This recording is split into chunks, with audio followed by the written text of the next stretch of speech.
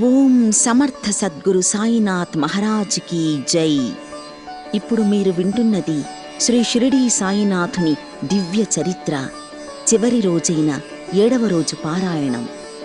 సబ్కా మాలిక్ ఏక్ అంటూ యావత్ మానవాళికి శాంతి సందేశాన్నిచ్చినవాడు సాయి భగవానుడు. షిరిడీ ప్రవేశమే అన్ని పాపాలకు పరిహారం అన్న బాబా సూక్తికి అనుగుణంగా ప్రతిరోజు వేలాది మంది భక్తులు సాయి సన్నిధానానికి వస్తుంటారు. ఒకవేళ నిస్సహాయ స్థితిలో ఉండి షిరిడీకి వెళ్ళలేని వారు ఈ షిరిడీ సాయినాథుని పారాయణాన్ని భక్తితో విన్నట్లయితే ప్రతిరోజు ఉన్న చికాకులు తొలగి మనశ్శాంతి, ప్రశాంతత లభిస్తుంది. మీ వ్యాపారంలో లాభాలు కలిగి మీకున్న బాధలన్నీ తొలగిపోతాయి. మీ పిల్లలకు ఉన్నతమైన చదువులతో పాటు మంచి ఉద్యోగం లభిస్తుంది. మీకు అష్టైశ్వర్యాలు లభిస్తాయి. కోరుకున్న కోరికలన్నీ నెరవేరుతాయి.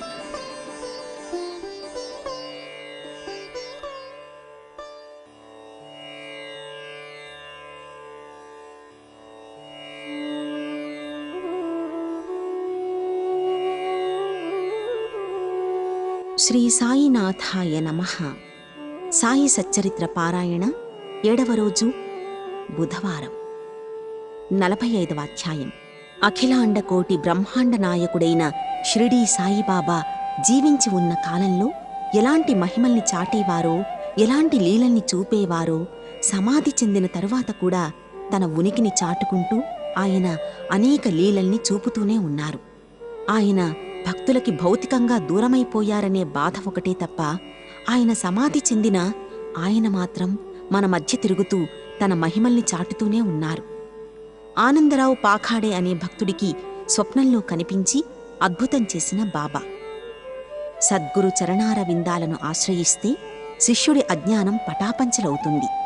ఈతి బాధలు తొలగాలంటే, ఆధ్యాత్మికాభివృద్ధి జరగాలంటే, జన్మ సార్థక్యం కావాలంటే శిష్యుడు తన గురువుకి పాదాక్రాంతుడై సర్వస్య శరణాగతి అయినప్పుడే అది సాధ్యమవుతుంది. అలాంటి ఒక సంఘటనే పాఖాడేకి బాబా స్వప్నంలో చూపించి అతని జన్మని సార్థకం చేశారు. పాఖాడేకి వచ్చిన ఆ స్వప్నం ఏమిటంటే, ఒక లోతైన సముద్రంలో పాఖాడే నడుము వరకు నిలబడి ఉండగా హఠాత్తుగా అక్కడ సాయిబాబా ప్రత్యక్షమయ్యారు.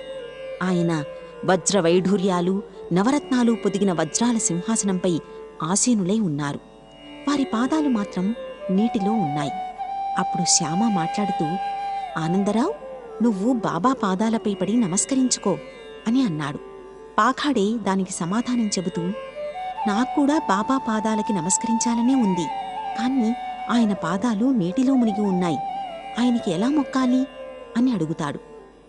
అతని మాటలు విన్న మాధవరావు బాబాతో ఇలా అన్నాడు, బాబా, నీ పాదాల్ని బయటికి తీయి అనగానే బాబా తన పాదాల్ని నీటిలోంచి బయటకు తీశారు.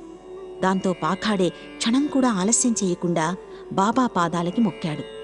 బాబా అతన్ని దీవించి, నీకు అంతా మంచే జరుగుతుంది, నువ్వు మేలు పొందుతావు, ఇక వెళ్ళు, శ్యామాకి ఒక పట్టుపంచని దానంగా ఇవ్వు అన్నారు. పాఖాడేకి వచ్చింది స్వప్నమే అయినా అతను మాత్రం అది తనకి బాబా స్వయంగా చెప్పినట్టుగా భావించి మరుసటి రోజు శ్యామాకి పట్టుపంచని తెచ్చి శ్యామాగా పిలువబడే మాధవరావుకి మీ చేతులతో ఇవ్వమని కాసాహెబ్ దీక్షితిని కోరాడు. ఈ పట్టుపంచని తీసుకోమని బాబా చెప్పలేదు కాబట్టి శ్యామ దాన్ని తీసుకోవడానికి నిరాకరించాడు. ప్రతి విషయాన్ని చీట్లు వేసి తెలుసుకునే దీక్షిత్ బాబా పాదాలపై చీట్లు వేయగా పుచ్చుకొనుము అని రావడంతో ఆ పట్టుపంచని శ్యామ పాఖాడే దగ్గర్నుంచి తీసుకున్నాడు. ఈ సంఘటనల వల్ల తాను ఏదైనా చెయ్యాలనుకున్నప్పుడు బాబా తన భక్తులకి కలలో కనిపించి చెప్పి మరీ వారి చేత ఆ పనుల్ని చేయించేవాడని తెలుస్తోంది. మనకి కూడా ఒకసారి స్వప్నంలో కనిపించి మన జన్మల్ని ధన్యం చేయమని వేడుకుంటూ ఈ అధ్యాయాన్ని ఇంతటితో ముగిద్దాం. శ్రీ సాయినాథాయ నమః. శ్రీ సాయినాథాయ నమః. సాయి సచ్చరిత్ర పారాయణ 46వ అధ్యాయం. కాశీ ప్రయాగ యాత్రలు ముగిసేసరికి శ్యామ కంటే ముందే గయలో ఉంటానని చెప్పి మాట నిలబెట్టుకున్న బాబా. కాకాసాహెబ్ దీక్షిత్ తన పెద్ద కుమారుడికి ఉపనయనం చెయ్యాలని ముహూర్తం నిశ్చయించుకుని నానా చందోర్కర్తో కలిసి బాబా దగ్గరికి వచ్చి ఆ వేడుకకి బాబాని ఆహ్వానిస్తాడు. శ్యామాని తన ప్రతినిధిగా తీసుకువెళ్లమని బాబావారికి చెప్పారు. బాబాని కూడా రమ్మని కాకాసాహెబ్ పట్టుబట్టగా కాశీప్రయాగ యాత్రలు ముగిసేసరికి శ్యామా కంటే ముందే వచ్చి మిమ్మల్ని గయలో కలుస్తాను అని వారికి మాట ఇచ్చి పంపించివేశారు. శ్యామ తనతో పాటు అప్పాకోతే పాటిల్ని తీసుకుని నాగపూర్లో జరిగే ఉపనయన వేడుకకి హాజరై అక్కడ్నుండి కాశీ ప్రయాగ గయకి వెళ్లాలని అనుకున్నారు. కాకాసాహెబ్ దీక్షిత్ వాళ్ళిద్దరికీ 200 రూపాయలిచ్చాడు. వాళ్ళిద్దరూ అక్కడ్నుండి అయోధ్యకి వెళ్లి రామమందిరాన్ని చూసి శ్రీరామనవమి ఉత్సవాలని స్వయంగా చూసి అక్కడే 21 రోజుల పాటు ఉండి కాశీ వెళ్లి 2 నెలలు ఉండి అక్కడ్నుండి గయకు వెళ్లాలనుకుని రైలులో ప్రయాణించి గయ స్టేషన్లో దిగారు. మొదట గయలో ప్లేగు వ్యాధి ఉందని అక్కడికి వెళ్లడానికి భయపడినా అలాంటి వ్యాధులేవీ అక్కడ్లేవని ఎవరో చెప్పడంతో గయకి వెళ్లి పండా ఇంటిలో బస చేస్తాడు. అక్కడే గోడమీద ఉన్న బాబా ఫోటోని చూసి ఆశ్చర్యానికి గురి అయ్యాడు. దాంతో శ్యామా కంటే తానే ముందు గయలో ఉంటానని చెప్పిన బాబా మాటల్ని గుర్తుకు తెచ్చుకుని శ్యామ ఆనందంతో ఉప్పొంగిపోయాడు. కళ్ల నుండి నీరు కారగా వెక్కి వెక్కి ఏడ్చాడు. ఆ ప్రాంతంలో ప్లేగు జబ్బు ఉందని అతను భయపడి ఏడుస్తున్నాడేమోనని పండా అనుకున్నాడు. ఆ ఫోటో ఎక్కడ్నుంచి వచ్చింది అని అడగ్గా తాను 12 ఏళ్ల క్రితం బాబాని దర్శించుకోవడానికి వెళ్లానని, షిరిడీలో శ్యామా ఇంట్లో వేలాడుతున్న ఆ ఫోటోను చూసి అది తనకి కావాలని అడిగి తెచ్చుకున్నానని పండా చెప్పాడు. దాంతో ఆ సంఘటనని శ్యామ గుర్తుకు తెచ్చుకుని ఆ ఫోటోయే ఇక్కడ ఉందని తెలుసుకుని ఆనందించాడు. గతంలో తనకి ఆ ఫోటోని ఇచ్చిన శ్యామానే తన ఇంట్లో అతిథిగా ఉన్నాడని తెలుసుకున్న పండా చాలా సంతోషించాడు. ఈ సంఘటన ద్వారా మనం తెలుసుకోవలసిన నీతి ఏమిటంటే, బాబా ఒక్కసారి మాట ఇచ్చారంటే అది 6 సరే నెరవేరుస్తారని, ఆయన శ్యామా కంటే ముందే గయలో ఉంటానని చెప్పిన మాటలు నిజం చేస్తూ బాబా ఫోటో రూపంలో గయలో శ్యామాకి దర్శనమిచ్చి తన లీలని చాటినట్టుగా అర్థం చేసుకోవాలి. 2 మేకల కథ ద్వారా బాబా చెప్పాలనుకున్న నీతి. ఒకరోజు ఉదయం సాయిబాబా లెండీ తోట నుంచి మసీదుకి తిరిగి వస్తుండగా దారిలో మేకల మంద ఒకటి ఎదురుపడింది. వాటిలో 2 మేకలపై బాబా దృష్టి పడింది. బాబా ఆ మేకల దగ్గరికెళ్ళి వాటిని ప్రేమతో తాకి ఆ మేకల యజమానికి 32 రూపాయలు ఇచ్చి ఆ మేకల్ని కొన్నారు. బాబా ఇలా చేయటం చూసిన ఆయన భక్తులకి ఆశ్చర్యం వేసింది. ఎందుకంటే బాబా ఆ మేకల్ని బేరం చేయటంలో మోసపోయారని ఆ భక్తుల అభిప్రాయం. ఎందుకంటే ఆ రోజుల్లో ఒక్క మేక ఖరీదు 2 లేదా 3 రూపాయలు మాత్రమే ఉండేది. ఆ లెక్కన ఆ 2 మేకలకి కలిపి 6 నుంచి 8 రూపాయల పైకం ఇస్తే చాలు.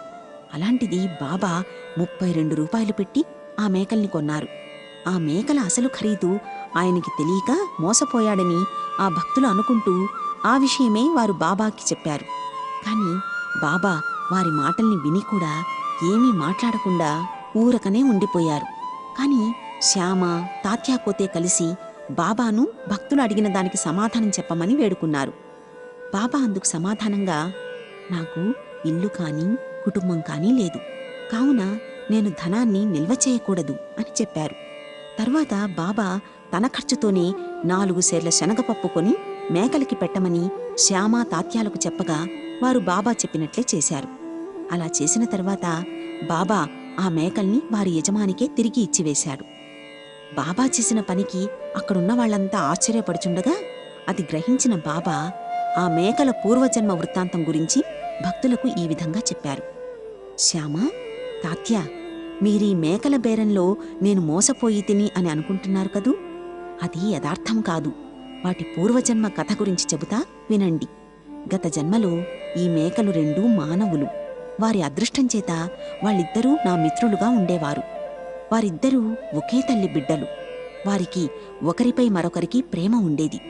రాను రాను వారి మధ్య ఆ ప్రేమ శత్రుత్వంగా మారి రాను రాను వారు బద్ధశత్రువులుగా మారిపోయారు.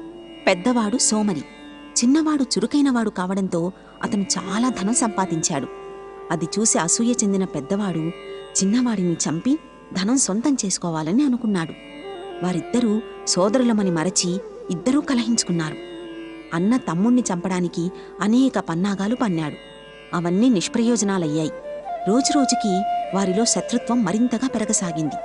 ఒకరోజు అన్న తన తమ్ముణ్ణి బడితతో కొట్టగా తమ్ముడు అన్నను గొడ్డలితో నరికాడు. ఇద్దరూ అక్కడికక్కడే చచ్చిపడిపోయారు. వారి కర్మఫలం చేత మళ్లీ జన్మలో 2 మేకలుగా పుట్టారు. వారు నా పక్కనుంచి వెళుతూ ఉండగా నాకు పూర్వజన్మ వృత్తాంతం జ్ఞప్తికి వచ్చి వారిని నేను గుర్తించాను.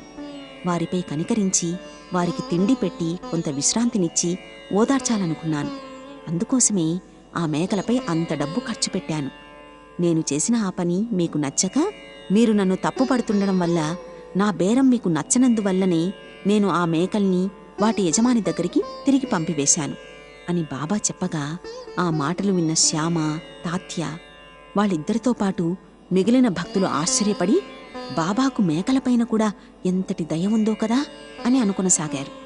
ఈ మేకల వృత్తాంతాన్ని బట్టి షిరిడీ సాయిబాబాకు మనందరి గురించే కాకుండా సర్వజీవుల గురించి, వాటి పుట్టు పూర్వోత్తరాల గురించి, జీవుల గతజన్మ గురించి తెలుసుననే విషయం స్పష్టంగా అర్థమవుతోంది. అంతేకాదు, భక్తులపైనే కాకుండా సర్వజీవులపైన భూతదయ కలిగి ఉన్న మహాత్ముడు కాబట్టే ఆయన్ని భక్తులందరూ దైవంగా కొలిచేవారు. మేకలపై చూపిన ప్రేమని మనపై కూడా చూపమని బాబాని కోరుతూ ఈ అధ్యాయాన్ని ఇంతటితో ముగిద్దాం. శ్రీ సాయినాథాయ నమః. శ్రీ సాయినాథాయ నమః. సాయి సచ్చరిత్ర పారాయణ 47వ అధ్యాయం. సాయిబాబా మాట విని కప్పని చంపకుండా వదిలేసిన పాము కథ. దైవాంశ సంభూతుడైన సాయిబాబా తనను నమ్మిన భక్తులను తాను జన్మ జన్మాంతరాలలోనూ కాపాడుతూనే ఉంటానని చెబుతూ ఉండేవారు. ఎవరికైనా మాట ఇస్తే వారికిచ్చిన మాటను ఆయన తప్పనిసరిగా నిలుపుకుంటారని ఆ రోజుల్లోనే ఆయన భక్తులు చెబుతూ ఉండేవారు. అలాంటి ఉదంతం ఒకదాన్ని ఈ కథ ద్వారా తెలుసుకుందాం. ఒకరోజు బాబా ఒక నదీ తీరంలో నడుస్తూ కొంత దూరం ప్రయాణించిన తరువాత విశ్రాంతి తీసుకోవడానికి ఒక చెట్టు కింద కూర్చొని చిలుము వెలిగించుకోవడానికి ప్రయత్నిస్తూ ఉండగా ఒక కప్ప బిగ్గరగా బెకబెకలాడుతున్న శబ్దం వినిపించింది. అదే సమయంలో ఒక భక్తుడు బాబా దగ్గరకు వచ్చి చిలుము వెలిగించి ఆయనకు అందించాడు. ఆ శబ్దం గురించి ఆ భక్తుడు బాబాని ప్రశ్నించాడు. దానికి సమాధానంగా ఆ కప్ప పూర్వజన్మ పాపం అనుభవిస్తోందని బాబా చెప్పారు. ఎవ్వరైనా పూర్వజన్మ ఫలం అనుభవించవలసిందేనని తప్పదని అన్నారు. వాళ్ళిద్దరూ కలిసి కప్ప ఉన్న చోటికి వెళ్లి చూడగా ఆ కప్పను ఒక పాము తన నోట్లో కరచుకొని ఉంది. అది చూసిన ఆ వ్యక్తి 10 నిమిషాల్లో ఆ పాము ఆ కప్పను మింగేస్తుందని బాబాతో అన్నాడు. తాను ఆ కప్పకు తండ్రినని, ఎప్పటికీ అలా జరుగనివ్వనని, ఆ కప్పను తప్పకుండా విడిపిస్తానని చెప్పి ముందుకు వెళ్ళి, వీరభద్రప్ప, నీ శత్రువు చెన్నబసప్ప కప్ప జన్మెత్తి తన తప్పు తెలుసుకున్నా సరే, నువ్వు మాత్రం పాముగా పుట్టి కూడా నీ తప్పు తెలుసుకోలేదా? ఇప్పటికైనా చెన్నబసవప్పపై పగని వదిలి ఈ కప్పని విడిచిపెట్టు అన్నారు.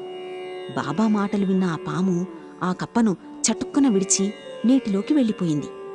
పాము బారి నుండి తప్పించుకున్న ఆ కప్ప అక్కడున్న పొదల్లోకి వెళ్ళిపోయింది.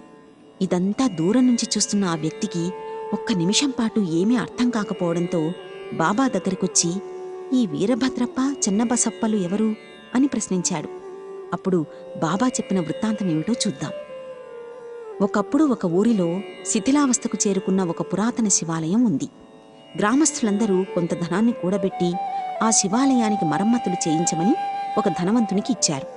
ధనవంతుడు పరమలోభి కావడంతో గ్రామస్తులు దేవాలయం కోసం ఇచ్చిన ఆ డబ్బుని దాచుకుని శివాలయం మరమ్మతులు చేయించకుండా నిర్లక్ష్యం చేశాడు. ఆ విషయం గురించి అడిగిన గ్రామస్తులకి మాయమాటలు చెప్పి పంపించేశాడు. కొంతకాలం తర్వాత అతని భార్యకి కలలో శివుడు కనిపించి ఆమెని గుడి శిఖరం కట్టించమని, అందుకు బదులుగా ఆమె చేసిన ఖర్చుకు 100 రెట్లు సంపదని ఇస్తానని అంటాడు. ఆ కల గురించి ఆమె తన భర్తతో చెప్పగా ఆమె మాటల్ని అతను కొట్టిపారేశాడు. కొన్ని రోజుల తర్వాత ఆమెకి శివుడు మళ్లీ కలలో కనిపించి ఆమెను సొంత డబ్బుతో ఆ గుడికి మరమ్మత్తు చేయించమని చెప్పగా అప్పుడు ఆమె తన తండ్రి ఇచ్చిన నగలు అమ్మి పొలం కొని ఆ దేవాలయానికి దానం చేయాలని భావించి ఆ విషయాన్ని భర్తకు చెప్పింది. దాంతో ధనవంతుడు ఆమెపై చిరాకుపడి భార్య నగలు తక్కువ ధరకు తానే కొని డుబ్కి అనే పేదరాలు అతని దగ్గర కుదువు పెట్టిన పొలాన్ని ఆమెకిచ్చాడు. అలా ఆ ధనవంతుడు దేవుణ్ణి, భార్యని, డుబ్కీని కూడా మోసం చేశాడు. సాగుకు వీలుగా లేని ఆ పొలం గుడి పూజారి ఆధీనంలో ఉండేది. తర్వాత కొన్నాళ్లకు ఆ లోభి, అతని భార్య మరియు డుబ్కీ కూడా చనిపోయారు.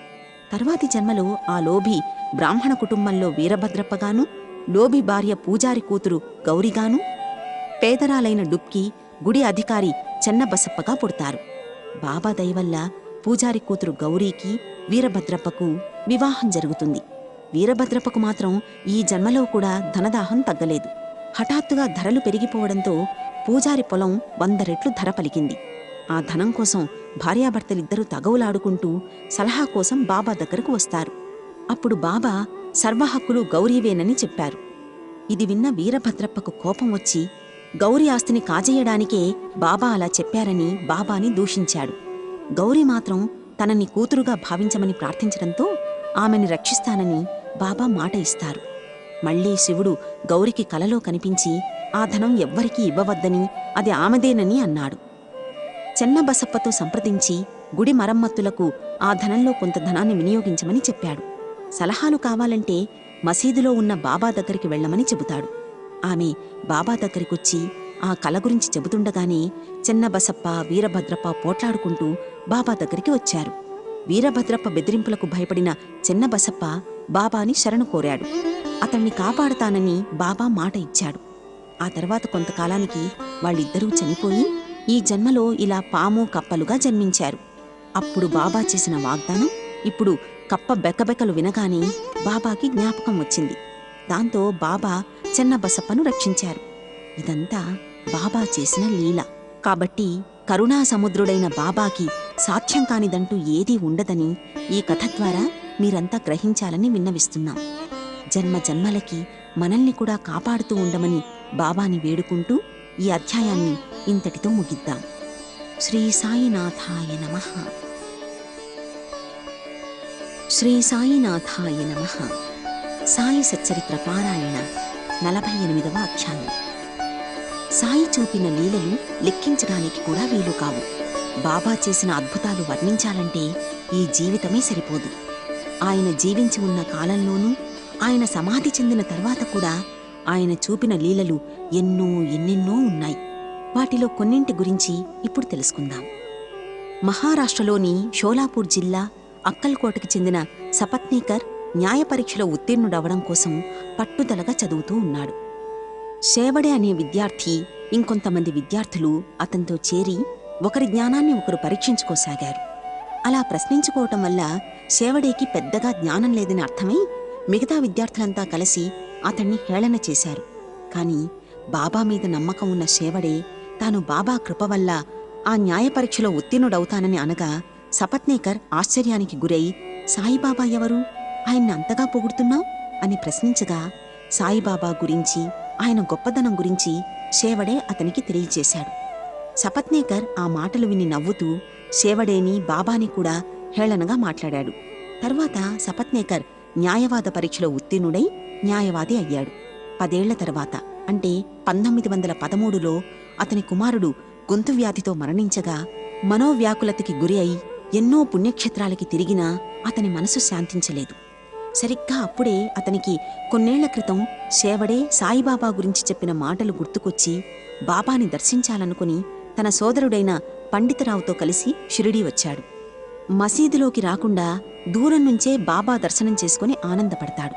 తర్వాత బాబా దగ్గరికి వెళ్లి ఆయన పాదాలకి నమస్కరించగా బాబా అతన్ని బయటికి వెళ్ళిపో అంటూ బిగ్గరగా అరిచారు. దాంతో సపత్నేకర్ కొద్దిగా దూరంగా జరిగి అక్కడ మౌనంగా కూర్చుండిపోయాడు. మరోసారి బాబా పాదాలకి మొక్కడానికి ప్రయత్నించగా బాబా కోప్పడుతూ మసీదు ఖాళీ చేసి వెళ్ళిపోమని అనడంతో అక్కడ్నుంచి ఇంటికి వెళ్ళిపోతారు. ఇలా 1 సంవత్సరం గడిచిన తర్వాత ఒకనాటి రాత్రి సపత్నేకర్ భార్యకి ఒక కల వచ్చింది. ఆ కలలో ఆమె నీళ్ల కోసం ఒక బావికి వెళ్లగా అక్కడ తలకి గుడ్డ కట్టుకున్న ఒక ఫకీరు వేప చెట్టు కింద కూర్చుని ఆమెని చూసి, అమ్మాయి, అనవసరంగా ఎందుకు శ్రమపడతావు, నేను నీ కుండని నిండుగా నింపుతాను అనగా ఆమె ఆ ఫకీరుని చూసి భయపడి నీరు పట్టకుండా ఖాళీ కుండతోనే అక్కడుంచి పరుగున ఇంటికి వెళ్ళిపోతుండగా ఆ ఫకీరు ఆమెని అనుసరిస్తాడు. ఇంతలో ఆమెకి మెలకువ రాగా ఆమె కళ్ళు తెరుస్తుంది. ఆ రాత్రి వచ్చిన కలని మరుసటి రోజు ఆమె తన భర్తకి చెప్పగా అదే శుభశకునంగా భావించి సపత్నేకర్ దంపతులు షిరిడీకి వెళ్లారు. వాళ్ళిద్దరూ లెండీ తోటకి వెళ్లి అక్కడున్న బాబాని చూశారు. ఆయన్ని చూడగానే ఆమె ఆశ్చర్యపోతుంది. తనకి కలలో కనిపించిన ఫకీరు అచ్చం బాబాలాగానే ఉండడంతో ఆమె బాబా దగ్గరికెళ్లి ఆయన పాదాలకి నమస్కరించింది. ఆమెని చూసిన బాబా ఆమె పరిస్థితిని గ్రహించి ఆమెని ఆశీర్వదించారు. మళ్ళీ సపత్నేకర్ బాబా కాళ్ళకి మొక్కడానికి వెళ్ళగా ఇదివరకటిలాగానే బాబా సపత్నేకర్పై కోప్పడుతూ అతన్ని దూరంగా వెళ్ళిపోమ్మన్నారు. ఇంతలో ఒక గొల్ల మహిళ వచ్చి బాబాకి నడుము ఒత్తుతుంది.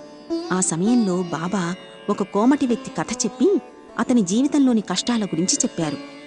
అతని కుమారుడు మరణించిన సంగతి కూడా చెప్పడంతో సపత్నేకర్ ఆశ్చర్యపడతాడు. ఆ సమయంలో బాబా సపత్నేకర్ వైపుకు తిరిగి, వీడు తన బిడ్డని నేను చంపాననుకుని నన్ను నిందిస్తున్నాడు. నేను ఇతరుల బిడ్డని చంపుతానా? మసీదుకు వచ్చి బిడ్డ కోసం ఏడుస్తున్నాడు. అదే బిడ్డని వీడి భార్యకిస్తాను అంటూ సపత్నేకర్ని పిలిచి అతని తలపై తన చెయ్యిని ఉంచి బాబా అతన్ని ఆశీర్వదిస్తూ, ఇక నీ కష్టాలు తీరిపోయాయి. నా మీద నమ్మకముంచి నన్నే ధ్యానించు. నీ మనసులో ఉన్న కోరికలు నెరవేరుతాయి అనగానే సపత్నేకర్ కన్నీటితో బాబా పాదాలపై పడ్డాడు. తర్వాత అక్కడ్నుంచి తమ బసకి వెళ్ళిపోయారు. మరుసటి రోజు మళ్లీ వచ్చి బాబాని దర్శించి ఆయనకి 2 రూపాయలు దక్షిణగా ఇవ్వగా అతనికి ఒక టెంకాయని కానుకగా ఇచ్చి, ఇది నీ భార్య కొంగుకి కట్టు అని చెప్పి బాబా అతన్ని ఆశీర్వదించి పంపించారు. ఏడాది తిరగకుండా వారికి ఒక కొడుకు పుట్టాడు. అతనికి 8 నెలలు వచ్చిన తర్వాత శిశువుతో కలిసి దంపతులిద్దరూ బాబా దగ్గరకొచ్చి ఆ బిడ్డని బాబా పాదాలపై పెట్టగా బాబా ఆ బిడ్డని దంపతుల్ని ఆశీర్వదించారు. తర్వాత ఆ దంపతులు తమ బిడ్డకి మురళీధర్ అని పేరు పెట్టారు. తర్వాత వారికి భాస్కర్, దినకర్ అనే మరో 2 కుమారులు కూడా జన్మించారు. అలా ఆ దంపతులు బాబాని భక్తితో పూజిస్తూ ఎలాంటి కష్టాలు లేకుండా హాయిగా జీవించారు. బాబాని మనస్ఫూర్తిగా నమ్ముతూ ఆయన్ని భక్తితో పూజిస్తే మీ జీవితంలో కూడా ఎన్నో అద్భుతాలు జరుగుతాయి. కాబట్టి బాబా పాదాల్ని వదిలిపెట్టకుండా బాబాపై విశ్వాసముంచమని ప్రతి భక్తుడికి సలహా ఇస్తూ ఈ అధ్యాయాన్ని ఇంతటితో ముగిద్దాం. శ్రీ సాయినాథాయ నమః. శ్రీ సాయినాథాయ నమః.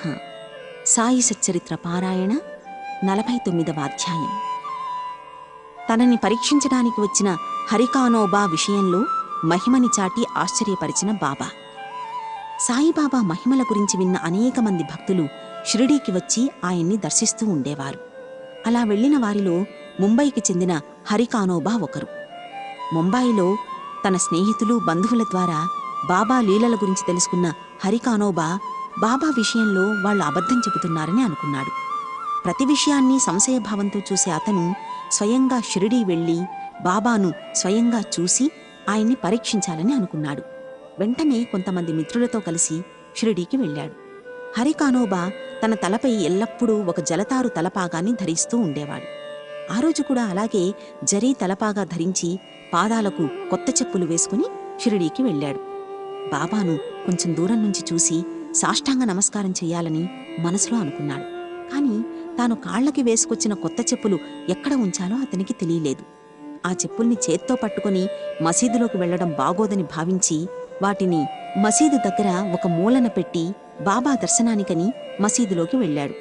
బాబా పాదాలకు భక్తిపూర్వకంగా సాష్టాంగ నమస్కారం చేసి ఊది ప్రసాదం బాబా చేతి నుండి అందుకుని తిరిగి బయటకు వచ్చాడు. మూలకు వెళ్లి చూడగా అంతకుముందు అక్కడ పెట్టిన చెప్పులు కనిపించలేదు. చెప్పుల కోసం చుట్టుపక్కలంతా వెతికాడు, కానీ కనిపించలేదు. చాలా చిరాకు పడుతూ మనసులో బాబాని తిట్టుకుంటూ తన బసకు చేరుకున్నాడు. తర్వాత తాను బస చేసిన హోటల్ గదిలో స్నానం చేసి పూజలు పూర్తి చేసి నైవేద్యం సమర్పించి భోజనానికి కూర్చున్నాడు. కాని అతని మనసులో మాత్రం పోయిన చెప్పుల గురించి బాధ తగ్గలేదు. భోజనం పూర్తయిన తర్వాత చేతులు కడుక్కోవడానికి బయటకు వచ్చాడు. అప్పుడు ఒక మరాఠీ కుర్రవాడు తన వైపే రావడం చూశాడు. ఆ కుర్రవాడి చేతిలో ఒక కర్ర, ఆ కర్రకు చివరన కొత్త చెప్పులు వేలాడుతూ కనిపించాయి. అతన్ని చూసి ఆ బాలుడు, హరికా బేటా, జరీకా ఫేటా అని అరిచాడు. ఆ కుర్రాణ్ణి అక్కడ ఆపి, నిన్ను ఇలా అరవమని నీకు ఎవరు చెప్పారు అని అడగ్గా, బాబాయే తనను అలా అరవమని చెప్పాడని, ఈ చెప్పులు చూసి ఎవరైనా ఇవి తమవని అడిగితే వారిని 3 విషయాలు సరిచూసుకోమని బాబా చెప్పారని ఆ బాలుడు అతనితో చెప్పాడు. అడిగిన వారి పేరు హరి అని, అతని తండ్రి పేరు కానోబా అని, అతని తలపై జరీపాగా ఉన్నది లేనిది చూసుకోమని బాబా తనకి చెప్పి పంపించాడని, అవన్నీ చూసి నిర్ధారించుకున్న తరువాతే ఈ చెప్పుల్ని ఇవ్వమని బాబా తనతో చెప్పారని అంటాడు. ఆ కుర్రాడి మాటలు విన్న హరికానోబా ఆశ్చర్యానికి గురి అయ్యాడు. తేరుకున్న తరువాత ఆ బాలుడికి తన పేరు హరి అని, తన తండ్రి పేరు కానోబా అని చెప్పి తన తలపై గల జరీపాగాని చూపించాడు. ఆ బాలుడు అవన్నీ చూసి సంతృప్తి చెంది చెప్పులు ఇచ్చి అక్కడి నుంచి వెళ్ళిపోయాడు. ఈ సంఘటన హరికానోబాకు ఎంతో ఆశ్చర్యాన్ని కలిగించింది. జరీపాగా అందరికీ కనిపిస్తుంది, కాని తన పేరు తన తండ్రి పేరు బాబాకు ఎలా తెలిసిందో అతనికి అర్థం కాలేదు. తాను మొదటిసారి షిరిడీకి వచ్చాడు, అది బాబాని పరీక్షించడానికి. ఈ సంఘటనతో బాబా సత్పురుషుడని, సర్వం తెలిసినవాడని, సర్వాంతర్యామి అని హరికానోబా గ్రహించాడు. తాను బాబాని పరీక్షించడానికే ఇక్కడికి వచ్చాడు. బాబాకి సర్వం తెలుసని అర్థం చేసుకున్నాడు. దాంతో తాను వచ్చిన పని నెరవేరినందుకు సంతోషిస్తూ, బాబాని అపార్థం చేసుకున్నందుకు మన్నించమని వేడుకుంటూ మనసులో అనేక నమస్కారాలు సమర్పించి ఆనందంగా తన ఇంటికి తిరిగి వెళ్ళాడు. ఈ హరికానోబా కథని బట్టి బాబాకి తెలియని విషయం ఏదీ లేదని, ఆయన దైవాంశ సంభూతుడని, మానవుల్ని ఉద్ధరించడానికి భూలోకం వచ్చిన భగవంతుడని మనం అర్థం చేసుకోవాలి. బాబాని పరీక్షించడానికి వచ్చిన సోమదేవస్వామిని ఆశ్చర్యానికి గురిచేసిన బాబా. సోమదేవస్వామి అనే వ్యక్తి భాయీజీ అనే బాబా భక్తుడి దగ్గర పరిచయపు ఉత్తరం తీసుకుని షిరిడీకి వస్తాడు. షిరిడీకి రాగానే దూరంగానే ఉండిపోయి చూడగా అతనికి మసీదు, దానిపై ఎగిరే 2 జెండాలు కనిపించాయి. ఆ జెండాలు చూడగానే సాయిబాబా కీర్తి కోసం పాటుపడుతున్నాడని అపార్థం చేసుకున్నాడు. అయితే అతనితో ఉన్న కొందరు భక్తులు మాత్రం బాబాకి అవన్నీ ఇష్టం ఉండవని, ఆయన కీర్తి కోసం ప్రాకులాడేవారు కాదని, భక్తులే ఆ ఆర్భాటాలు చేస్తున్నారని, అవన్నీ చూసి బాబాని అపార్థం చేసుకుని ఆయన్ని కలవకుండా వెళ్ళిపోవద్దని చెబుతారు. దాంతో అతను మనసు మార్చుకుని మసీదుకు వెళ్లి బాబాని దర్శించగానే అతని మనస్సు కరిగిపోయి గొంతుకు తడారిపోయింది. బాబాపై అతనికున్న అపోహలన్నీ మాయమైపోయాయి. తరువాత అతను బాబా దర్శనానికి వెళ్ళగా బాబా అతన్ని చూసి, మా వేషం మా దగ్గరే ఉండని, నువ్వు నీ ఇంటికి వెళ్ళిపో, మసీదులోకి రావద్దు, జెండాలపై మక్కువ చూపి వాటిని ఎవరు ఎగరవేస్తారో అలాంటి వారి దర్శనం నీకెందుకు, ఇక్కడ ఒక్క నిమిషం కూడా నిలబడవద్దు, వెంటనే వెళ్ళిపో అని కోపంగా అన్నారు. ఆ మాటలు వినగానే సోమదేవస్వామి ఆశ్చర్యపడతాడు. తాను ఎక్కడో దూరంగా అనుకున్న మాటలు ఈయనకెలా తెలిసాయా అని అనుకుని సాయిబాబా సామాన్యమైన వ్యక్తి కాదని, అతను సర్వజ్ఞుడని అనుకుంటాడు. బాబా అందరితోనూ సరదాగా ఉంటూ అందర్నీ నవ్విస్తూ వేళాకోళాలాడుతూ ఉంటారని విన్నాను, కాని ఈయన నా ఒక్కడితోనూ ఎందుకిలా ఉన్నారో అనుకుంటాడు. తర్వాత తను చేసిన తప్పు తెలుసుకుని మనసులోనే బాబాకి క్షమాపణలు చెప్పుకున్నాడు. ఆయన కోపమే తనకి ఆశీర్వాదం అనుకుంటాడు. తర్వాత బాబా తత్వాన్ని బాగా అర్థం చేసుకుని బాబాకి గొప్ప భక్తుడిగా మారిపోయాడు. నానాసాహెబ్ చందోర్కర్ మనోచాంచల్యాన్ని తొలగించిన బాబా. ఒకరోజు బాబా నానాసాహెబ్, మహల్సాపతి వంటి భక్తులతో కలిసి మసీదులో కూర్చుని ఉండగా బీజాపూర్ నుండి ఒక మహమ్మదీయ ధనికుడు వచ్చాడు. అతనితో పాటు కొందరు ఘోషా స్త్రీలు కూడా ఉన్నారు. వాళ్ళంతా కలిసి వచ్చి బాబా దర్శనం చేసుకున్నారు. వారిలో ఒక స్త్రీ తన ముఖానికున్న ముసుగు తీసి బాబా పాదాలకి నమస్కారం చేసుకుంది. ఆమె ముఖం చాలా అందంగా ఉండడంతో ఆమె సౌందర్యాన్ని నానా మళ్లీ మళ్లీ చూడాలనుకుంటాడు. అతని మనోచాంచల్యాన్ని బాబా గ్రహించారు. ఆ స్త్రీలు వెళ్లిపోయిన తర్వాత బాబా ఆ విషయం గురించి నానా దగ్గర ప్రస్తావిస్తూ, నానా, మనిషికి ఇంద్రియాలు ఉండేది చూడ్డానికే, వాటి పని వాటిని చెయ్యనివ్వు, అలా చూడ్డం వల్ల ఎవ్వరికీ ఎలాంటి హాని జరగదు. నిజానికి ఆ యువతి చాలా అందగత్తె, కాని ఆమెని పుట్టించిన భగవంతుడు ఇంకా అందగాడు. అతనే ఈ అందమైన ప్రపంచాన్ని సృష్టించాడు. కాబట్టి ఇంద్రియాల పనులు ఇంద్రియాలని చేసుకొనివ్వాలి. వాటిని బలవంతంగా అణచివేస్తే అవి మళ్లీ మళ్లీ చూడాలని కోరుకుంటాయి. ఆ కోరిక అలాగే ఉండిపోతే చంచలమైన ఈ మనసుని అది మరింత ఉద్రేకపరుస్తుంది. అలా కాకుండా వాటి పని వాటిని చెయ్యనిస్తే మెల్లగా మళ్లీ మళ్లీ చూడాలనే ఆ కోరిక తగ్గిపోతుంది.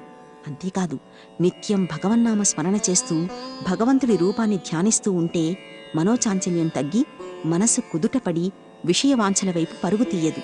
దీన్ని బట్టి మనుషులు తమ ఇంద్రియాలని అదుపులో ఉంచుకోవాలనుకుంటే భగవంతుడు సృష్టించిన ఈ సుందరమైన ప్రకృతిని చూస్తూ భగవంతుణ్ణి ధ్యానం చేసుకుంటూ ఉండాలి.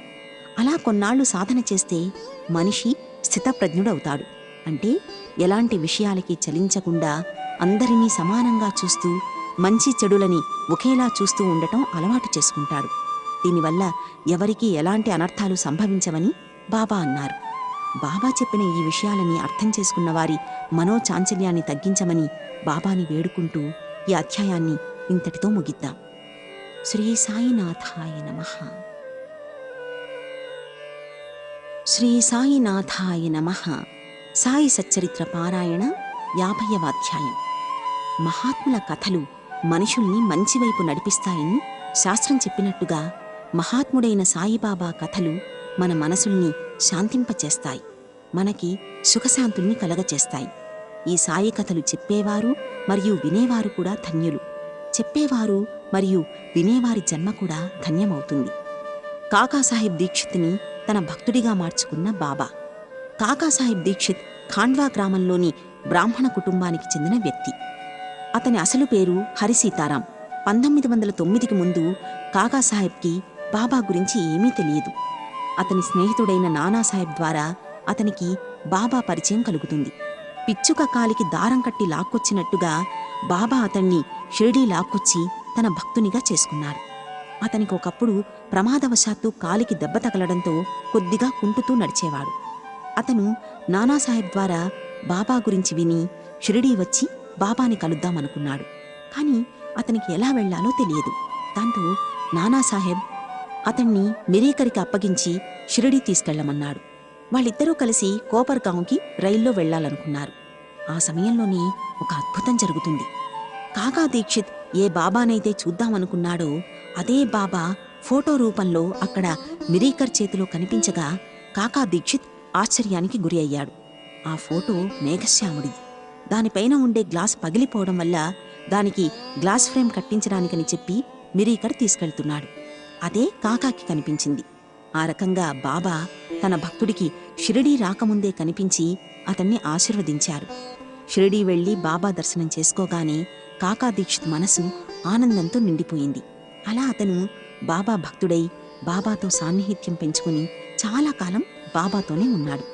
చివరికి ఒకరోజు రైలులో ప్రయాణం చేస్తూ బాబా గురించి మాట్లాడుకుంటూ ఉన్నట్టుండి హేమాడ్ పంత్ భుజంపై తన తలవాల్చి ప్రాణాల్ని వదిలాడు. అలా బాబా సాన్నిహిత్యాన్ని పొందిన కాకాసాహెబ్ తన జన్మని ధన్యం చేసుకున్నాడు. టెంబేస్వామి అనే ఒక యోగి రాజమండ్రిలో నివసిస్తూ ఉండేవాడు. ఆయన అసలు పేరు వాసుదేవానంద సరస్వతి. అతను దత్తాత్రేయుని భక్తుడు. ఆయన తన స్నేహితులతో మాట్లాడే సందర్భంలో ఎవరో సాయిబాబా గురించి చెప్పగా ఆ టెంబేస్వామి మధ్యలో కల్పించుకుని బాబాకి చేతులతో నమస్కరించి ఒక టెంకాయని తీసి అది పుండలీకరావుకిచ్చి తన సోదరుడైన సాయికి తన నమస్కారాలతో పాటు అది అర్పించండి, తనని మరువవద్దని, తనపై ప్రేమని చూపమని చెప్పండి అని అన్నాడు. పుండలీకరావు ఒక నెల తరువాత తన స్నేహితులతో కలిసి ఆ టెంకాయని తీసుకుని షిరిడీకి వెళుతూ మన్మాడ్ చేరుకున్నాడు. సలియేటి దగ్గరికి వెళ్లి కొన్ని కారపు శనగలు తిని నోరు కారంగా అనిపించడంతో పరగడుపున నీళ్లు తాగడం ఎందుకని భావించి ఆ టెంకాయని పగలగొట్టి దానిలోని నీటిని తాగుతాడు. అయితే ఆ టెంకాయ బాబా కోసం టెంబేస్వామి ఇచ్చిన టెంకాయ అని గుర్తుకు రావడంతో బాధపడ్డాడు. అతను స్నేహితులతో కలిసి షిరిడీ వెళ్లి బాబాని కలవగా సర్వజ్ఞుడైన బాబా తనకి తన సోదరుడు ఇచ్చిన టెంకాయ ఏది అని అడిగారు. పుండలీకరావు బాబా పాదాల్ని పట్టుకుని క్షమించమని వేడుకోగా దానికి బదులుగా ఇంకో టెంకాయనిస్తానని అన్నాడు. కాని బాబా నిరాకరిస్తారు. తనకి ఆ టెంకాయే కావాలంటారు. ఆ టెంకాయ చాలా విలువైనది అని చెబుతూ, నువ్వేం బాధపడకు, నా సంకల్పం వల్లనే ఆ టెంకాయ నీచే పగలగొట్టబడింది. దీనిలో నువ్వు చేసిన దోషం ఏమీ లేదు. నువ్వు నిశ్చింతగా ఉండు. అహంకారాన్ని విడిచి నన్నే భక్తితో పూజించు, నువ్వు మేలు పొందుతావు అని అతన్ని ఆశీర్వదించారు బాబా. భక్తుల మీద బాబాకి ఎంతటి ప్రేమానురాగాలు ఉంటాయో ఈ సంఘటన ద్వారా తెలుస్తోంది. బాలారాం దురంధర్ అనే వ్యక్తికి 1912లో బాబాతో పరిచయం ఏర్పడింది. ఒకరోజు అతను తన కుటుంబంతో కలిసి షిరిడీకి వెళ్ళాడు. వాళ్లు రాకముందే వారి గురించి బాబా తన భక్తులకి చెప్పి తన కోసం కొందరు భక్తులు వస్తారని అన్నారు. తర్వాత కొద్దిసేపటికి వాళ్లు అక్కడికి వెళ్లారు. వారిని చూసి, వీరి గురించే నేను కొద్దిసేపటి క్రితం మీకు చెప్పాను అని భక్తులతో బాబా అన్నారు. వారు బాబా దర్శనం చేసుకోగానే బాలారాం కుటుంబ సభ్యుల్ని చూసి, మీకు నాకు గత 62 తరాల నుంచి పరిచయం ఉంది అన్నారు. ఆ మాటలు విన్న బాలారాం అతని కుటుంబ సభ్యులు ఆశ్చర్యపోయారు. వారంతా సాయి పాదాలపై పడి నమస్కారం చేసుకున్నారు. బాబా వారిని ఆశీర్వదించారు. బాబా కొద్దిసేపటి తర్వాత చిలుముగొట్టం వెలిగించి చిలుము పీల్చి బాలారాం కూడా ఇచ్చారు. బాలారాంకి చిలుము పీల్చడం అలవాటు లేకపోయినా బాబా చెప్పారు కాబట్టి పీలుస్తాడు. అతను అలా పీల్చగానే ఆశ్చర్యంగా అతనికి ఉన్న ఉబ్బసం వ్యాధి నయమయ్యింది. అప్పటి నుండి అతనికి దగ్గు కానీ ఆయాసం కానీ రాకుండా అతని జబ్బు పూర్తిగా నయమైపోయింది. అలా తన భక్తుడైన బాలారాం ఉబ్బసం వ్యాధిని బాబా విచిత్ర రీతిన తగ్గించి అతనికి ఆనందం చేకూర్చారు. మనలో కూడా ఏవైనా భౌతికపరమైన మానసికపరమైన వ్యాధులు ఉంటే తన స్వహస్తాలతో తగ్గించమని బాబాని వేడుకుంటూ ఈ అధ్యాయాన్ని ఇంతటితో ముగిద్దాం. శ్రీ సాయినాథాయ నమః. శ్రీ సాయినాథాయ నమః. సాయి సచ్చరిత్ర పారాయణ 51వ అధ్యాయం, చివరి అధ్యాయం, ఫలశ్రుతి. సాయి భక్తులు ఈ గ్రంథాన్ని ఏకాగ్రతతో భక్తి శ్రద్ధలతో పారాయణ చేస్తూ వినాలి. ఎవరైతే అలా చేస్తారో, ఈ పారాయణని శ్రద్ధగా ఎవరు వింటారో అలాంటి భక్తుల ఇహపరమైన కోరికల్ని దైవాంశ సంభూతుడు భక్తజన బాంధవుడు అయిన ఆ సాయినాథుడు తీరుస్తాడు. ఈ సాయి సచ్చరిత్రని ఎవరైతే అత్యంత భక్తి శ్రద్ధలతో పారాయణ చేస్తూ వింటారో వారి కష్టాలు, వారికున్న అరిష్టాలన్నీ తొలగిపోతాయి. ఈ గ్రంథాన్ని ఎవరు ఎంత నిష్ఠతో పారాయణం చేస్తూ వింటే వారికి అంత మంచి ఫలితం వస్తుంది. అత్యంత నిష్ఠతో ఈ సాయి సచ్చరిత్ర గ్రంథాన్ని పారాయణ చేస్తూ విన్న భక్తుల కష్టాలు, బాధలు, గ్రహదోషాలు, నరదృష్టి, కుటుంబ కలహాలు తొలగిపోతాయి. మీ పిల్లల చదువులు మెరుగుపడతాయి. అకాల మరణాలు, అనుకోని ప్రమాదాలు, వాహన ప్రమాదాలు, ఆత్మహత్యలు, భార్యాభర్తల కలహాలు తొలగిపోతాయి. అపమృత్యు దోషాలన్నీ తొలగిపోతాయి. ప్రియమైన భక్తుల్లారా, శ్రోతల్లారా, మీ అందరికీ మేం చేసే విన్నపం ఒక్కటే. సాయి భగవానుడి లీలల్ని తెలిపే ఈ సచ్చరిత్ర గ్రంథాన్ని మీరు నిష్ఠగా పారాయణ చేస్తూ వింటే మీలో ధైర్యం పెరుగుతుంది. ఒక్క మాటలో చెప్పాలంటే, ఈ సాయి సచ్చరిత్ర పారాయణని ఎవరైతే శ్రద్ధగా చదువుతూ వింటారో వారు సాక్షాత్తు సాయి భగవానుని ఆలయానికి వెళ్ళి ఆయనకి భక్తి శ్రద్ధలతో పూజించిన ఫలితాన్ని పొందుతారు.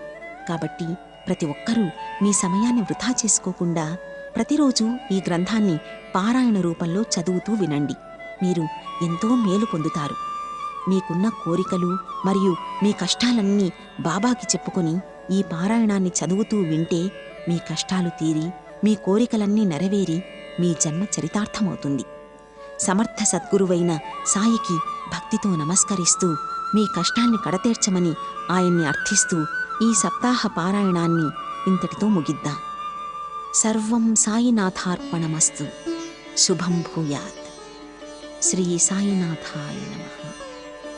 భక్తులు ఈ పారాయణని ముగించిన తరువాత ఈ విధంగా సాయిబాబాకి హారతి ఇవ్వాలి. లోకా సమస్తా సుఖినో భవంతు, సర్వే జనా సుఖినో భవంతు. ఓం శాంతి శాంతి శాంతి. శ్రీ సచ్చిదానంద సమర్థ సద్గురు సాయినాథ్ మహారాజ్ కీ జై.